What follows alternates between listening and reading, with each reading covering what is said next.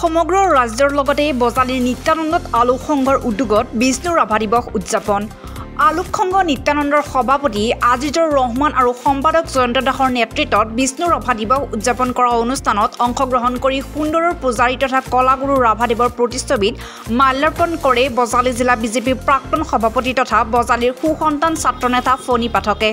ইয়াৰ পিছত বিদ্যাভৱন নিত্যানন্দ হাইস্কুলৰ অৱসৰপ্ৰাপ্ত শিক্ষক তিলক মেধি, বিদ্যাভৱন নিত্যানন্দ হাইস্কুলৰ অৱসৰপ্ৰাপ্ত ভাৰপ্ৰাপ্ত প্ৰধান শিক্ষক মানৱ কলিতা আৰু নিত্যানন্দ আঞ্চলিক উন্নয়ন সমিতিৰ সভাপতি মনোজ চৌধুৰীয়ে বন্তি প্ৰজ্বলন কৰে। ৰাভা দিৱস অনুষ্ঠানৰ কাৰ্যসূচী ৰূপায়ণৰ প্ৰাক মুহূৰ্তত প্ৰতিগৰাকী আমন্ত্ৰিত অতিথিক সম্বৰ্ধনা জনায়। সভাপতি আজিজুৰ ৰহমানে আঁত ধৰা অনুষ্ঠানত ভাষণ আগবঢ়ায় বজালী জিলা বিজেপিৰ প্ৰাক্তন সভাপতি ফণী পাঠক, অৱসৰপ্ৰাপ্ত শিক্ষক তিলক মেধি আৰু সমাজকৰ্মী নন্দেশ্বৰ ৰয়ে। আলোক সংঘক মই ধন্যবাদ জনাইছোঁ।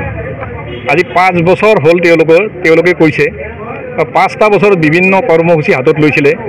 বিশেষকৈ সভাপতি আজিজুৰ ৰহমান, সম্পাদক জয়ন্ত দাসৰ সমন্বিতে তেখেতসকলৰ কমিটিখনে আজি আমাক আমন্ত্ৰণ জনাইছে কলাগুৰু বিষ্ণুপ্ৰসাদ ৰাভাৰ আজি স্মৰণ কৰাৰ কাৰণে, মাল্যাৰ্পণ কৰাৰ কাৰণে মোক আমন্ত্ৰণ জনাইছিলে। আৰু এই অঞ্চলৰ বিশিষ্ট ব্যক্তি আমাৰ তিলক মেধি ছাৰ, আমাৰ নন্দেশ্বৰ ৰয় সমন্বিত উন্নয়ন কমিটিৰ সভাপতি সম্পাদক সকলোকে মাতিছিলে আৰু তেখেতসকলে আহিছে।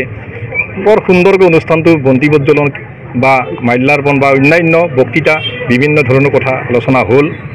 এই আলোচনাত এটা কথাই মনলৈ আহিছে যে আমি অসমীয়া বৃহত্তৰ জাতি গঠন প্ৰক্ৰিয়াৰ আমি কলাগুৰু বিষ্ণুপ্ৰসাদ ৰাভাক স্মৰণ কৰি আছিলে, অতীতত কৰি আছে আৰু কৰি থাকিব লাগিব।